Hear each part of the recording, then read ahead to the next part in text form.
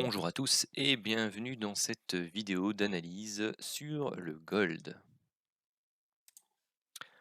Alors, on va commencer par le graphique mensuel et se remémorer un peu où on en est dans cette séquence, ce rythme de marché, donc sur le gold.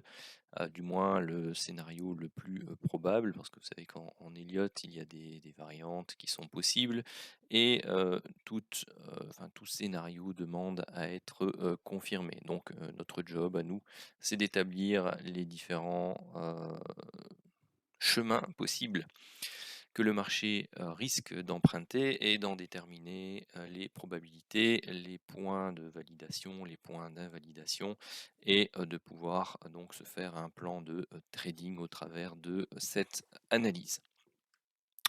Alors donc ici on est sur un graphique mensuel, donc chaque chandelier japonais que vous voyez ici représente un mois de cotation. Et donc depuis ses plus bas, ici donc fin 2015, on a eu une première hausse, une latéralisation, une seconde hausse, et puis là on recommence une latéralisation. Donc pour simplifier, il y a deux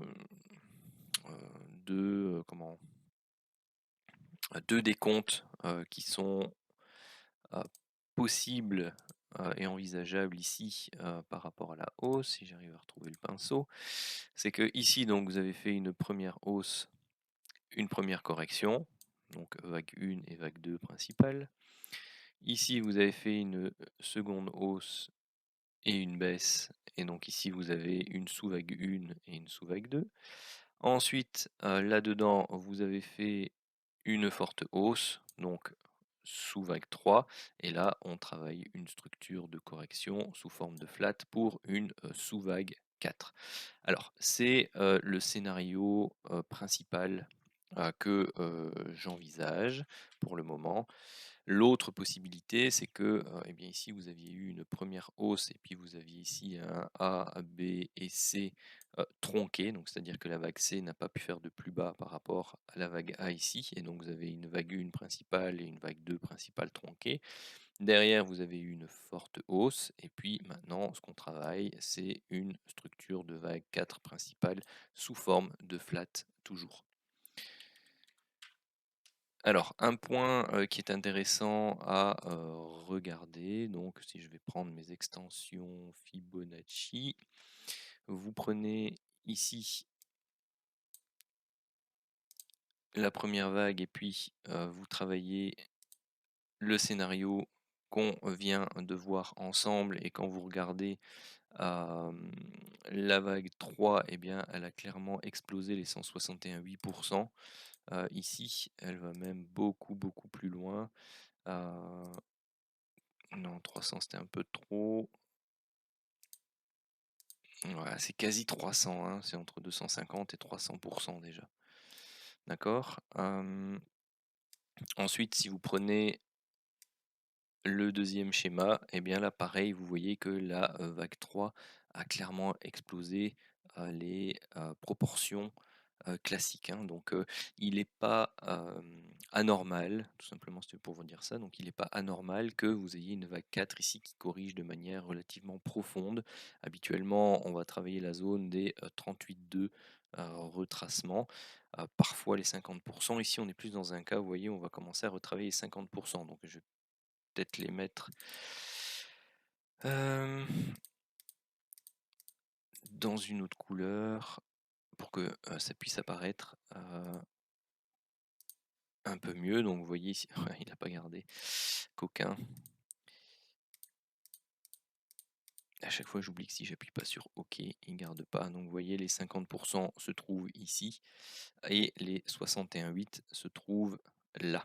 Donc vous avez ici une zone relativement intéressante. Donc j'avais laissé d'abord les 38,2 pour vous montrer que cette zone était potentiellement valable pour une vague C tronquée. Pourquoi? Parce qu'elle est au-dessus du sommet, enfin du point bas de la vague A qui est ici. Par contre, maintenant, on a clairement percé cette zone de support qui devient donc une zone de résistance au niveau de chartisme. Et on approche ici en mensuel, donc c'est une belle baisse, hein. on approche de cette fameuse zone, donc une zone chartiste également ici, corroborée par les 50% de retracement Fibo. Vous avez donc ce qu'on appelle la golden zone, c'est un retracement Fibonacci entre 50 et 61,8%. Donc pour ça, on a pris ici le dernier plus bas, on a pris toute l'impulsion haussière et donc on cherche un retracement de cette impulsion-là. Et donc vous avez cette golden zone, donc 50-61,8% qui se trouve ici, à l'intérieur de laquelle eh bien, vous retrouvez des extensions ici en pointillé. Alors les extensions, ce sont les extensions de la vague C. Donc ici, et je vais zoomer, on a pris tout simplement le point de départ ici, l'amplitude de la vague A reportée par rapport au point B, et là vous avez les extensions 123,6, les extensions 138,2 qui sont les plus classiques dans un flat qui est classique hein, d'ailleurs. Pourquoi? Parce que la vague B n'a pas fait de plus haut par rapport au point d'origine. Et donc vous avez toujours plus de 100%, et on va rechercher généralement autour des 123,6, 138,2.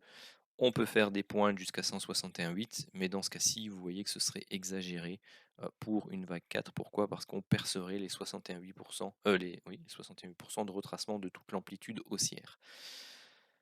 Donc, cette zone que je vais maintenant devant vous mettre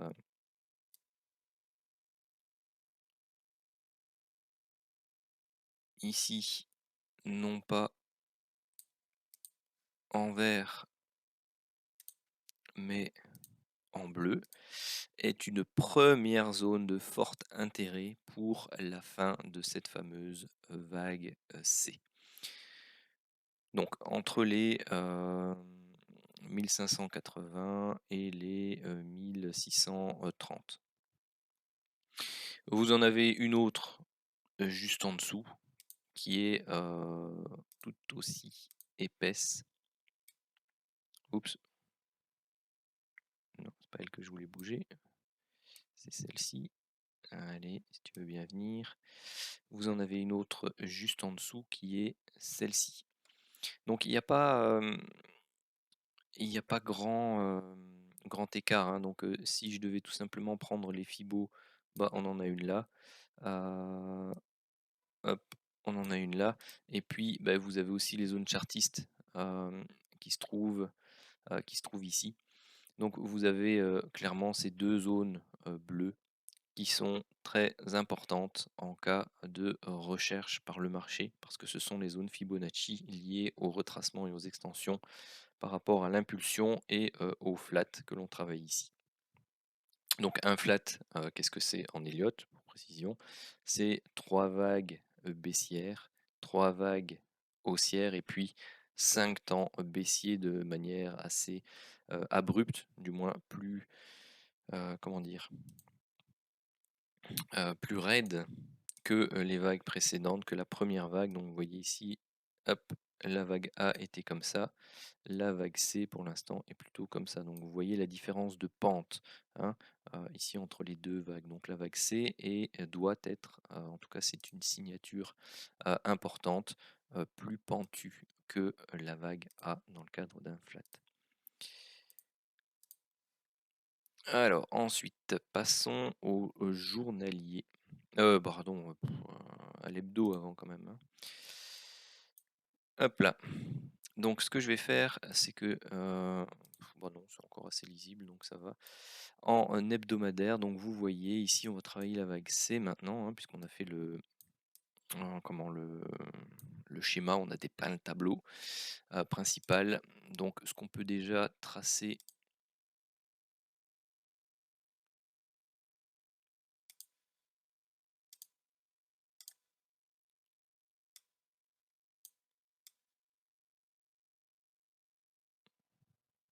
Allez.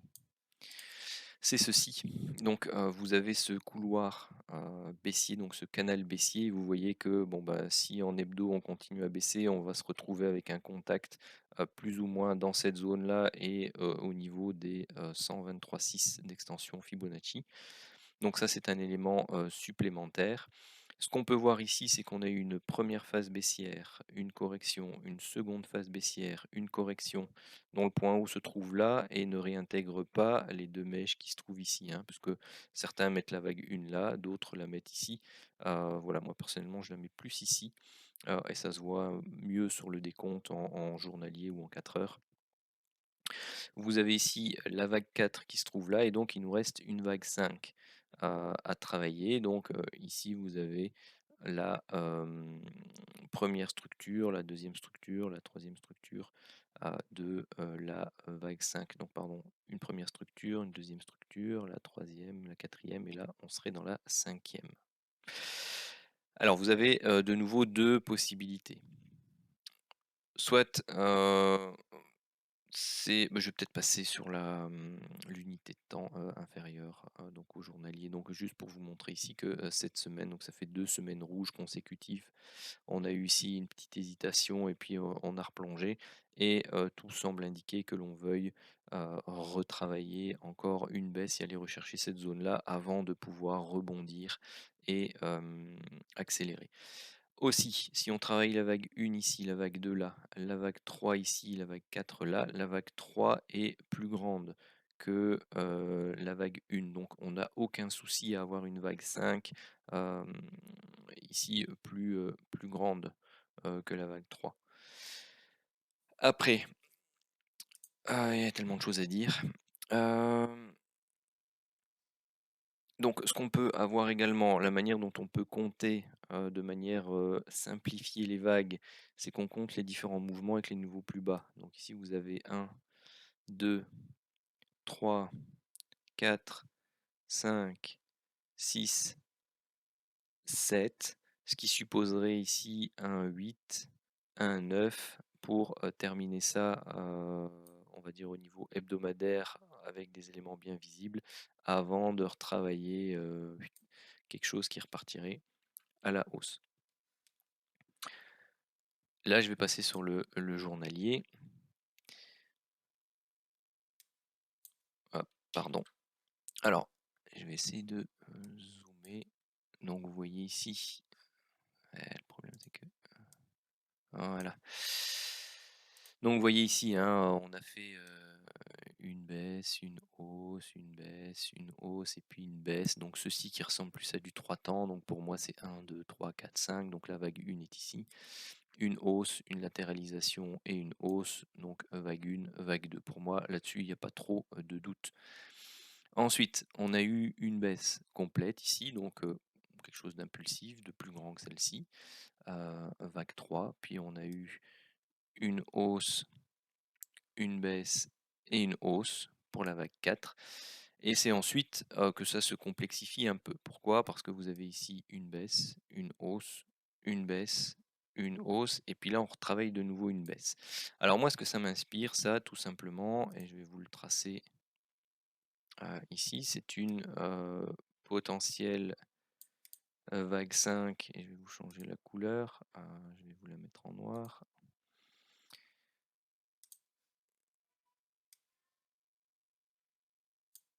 Hop, une vague 5 ici, principale, qui se dessinerait en diagonale de terminaison, mais pas n'importe quelle diagonale de terminaison, une diagonale en expansion.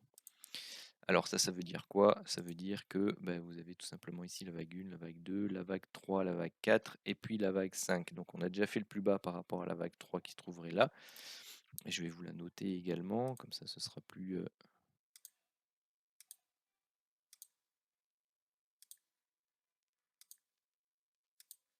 Hop.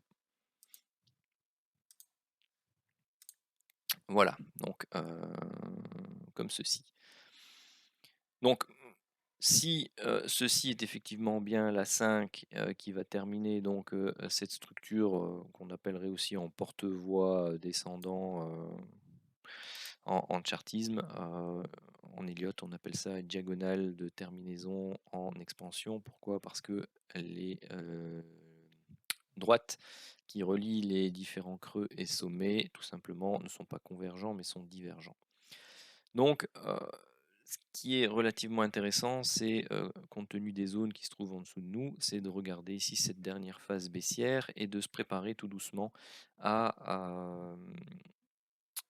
à avoir donc des setups de divergence haussier, donc de retournement de momentum et de force entre les acheteurs et les vendeurs, qui nous permettrait tout simplement de prendre position à l'achat et d'observer la cassure des différents plus hauts journaliers comme celui-ci, 16 000, pardon, 1690, puis 1735, puis 1766 et enfin les 1809 pour travailler une structure de retournement et avoir la cassure des derniers plus hauts significatifs journaliers et hebdomadaires, voire même mensuels, suivant la loi de Dow et valider donc ce retournement et donc la fin de notre vague C que l'on attend avec impatience. Alors maintenant, il faut voir un peu où on se trouve dans cette baisse ici. Donc pour ça, je vais peut-être passer sur le 4 heures, ça devrait suffire peut-être.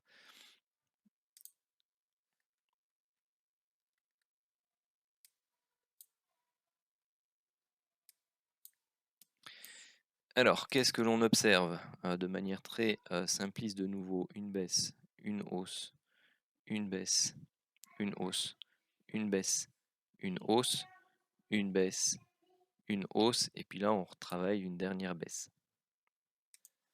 Et donc comme je vous expliquais tout à l'heure ou les fois précédentes dans les vidéos, c'est que soit on fait le décompte très précis, soit quand on a une vague comme ça fortement étendue, eh bien, on compte 9 temps pour une impulsion. Ça veut dire qu'il y a une vague qui est une sous-vague qui est étendue. Donc par exemple ici vous avez la vague 1 qui fait sous-vague 1, sous-vague 2, sous-vague 3, sous-vague 4, sous-vague 5, vous avez la vague 1, hop, ici vague 2, puis là vous avez la vague 3, et puis là vous avez la vague 4, et puis là vous avez la vague 5. Ce qui voudrait dire que si c'est la sous-vague 1 qui est en extension ici, eh bien la vague 3 ne peut pas être la plus courte, donc cette distance-ci, vous pouvez la reporter à partir de ce point-là, et eh bien vous avez un point d'invalidation.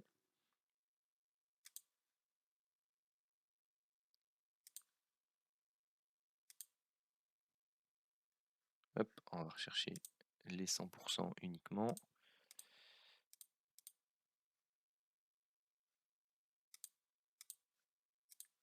Voilà, ça veut dire que si les prix tombent en dessous, par exemple, des 1607,52, eh bien, le scénario en vague 1, en extension vague 2, vague 3 et vague 4 ici n'est pas valable. Donc ça ne veut pas dire que tout le décompte n'est pas valable. Ça veut juste dire que cette hypothèse-là, ici, n'est pas valable. En tout cas, on cherche une dernière baisse pour avoir donc nos 9 temps. Donc 1, 2, 3, 4, 5, 6, 7, 8. Et donc on cherche le 9e. Donc on va de nouveau travailler sur une unité de temps inférieure. Et vous voyez là, je voulais vous le faire sur le gold parce que c'est intéressant pour que vous puissiez voir un peu la réflexion où quand on part effectivement des unités de temps principales, donc mensuelles, hebdomadaires, qu'on détermine la situation globale et qu'on affine petit à petit sur les différentes unités de temps et on détermine nos zones d'intervention. Et on observe effectivement ce qui peut se passer à l'intérieur des sous-vagues.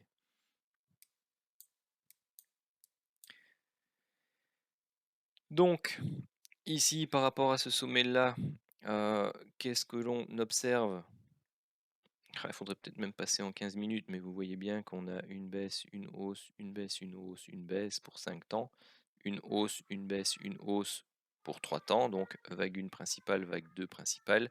Ici, on travaille une vague 1, une sous-vague 1, une sous-vague 2. Là, on va travailler une sous-vague 3, une sous-vague 4, une sous-vague 5 pour avoir une vague 3 principale, une vague 4 principale et puis une vague 5. Et donc, sur l'horaire ou le 15 minutes, eh bien, on doit surveiller ce nouveau décompte, travailler. Ici, je vois qu'il n'est pas mis. pouvez prendre, non c'est pas ça que je voulais, où est-ce que c'est ça. Vous pouvez prendre par exemple le RSI ou un autre oscillateur. Moi j'aime bien l'avoir, pardon, en cette période, un peu plus réactif. Et donc, dans cette sous-structure là, donc vague 1 principale, vague 2 principale, une fois que vous aurez votre vague 3 principale, votre vague 4 principale, et bien vous attendrez un dernier plus bas sans franchir obligatoirement les 1600 et quelque chose qu'on a vu tout à l'heure. Et puis vous chercherez ici un setup de divergence haussier. Vous aurez tracé votre oblique, hop, une oblique à briquer à la hausse pour valider l'entrain du momentum qui aura permis de relancer les prix à la hausse. Donc ça, on va essayer de suivre ça ensemble. Bon, ça fait pas mal de semaines où je suis fort occupé par le boulot et dans ma vie privée, donc j'ai pas forcément le temps de faire des vidéos à chaque fois. Je suis mes actifs et l'or, eh bien, est arrivé. J'attendais le break hebdo des derniers plus bas donc de la vague A, donc on y arrive. Donc maintenant il va falloir, pour ceux qui ont envie d'investir sur l'or et qui ont envie de travailler le marché à l'achat suivant, et bien tout simplement ce schéma proposé ici, eh bien il va falloir être très attentif la semaine prochaine et début de semaine suivante parce que la fin de mois risque d'être baissière, on risque de frôler cette zone-là avant de avoir un setup de divergence haussier, de retravailler donc une hausse potentielle sur l'or.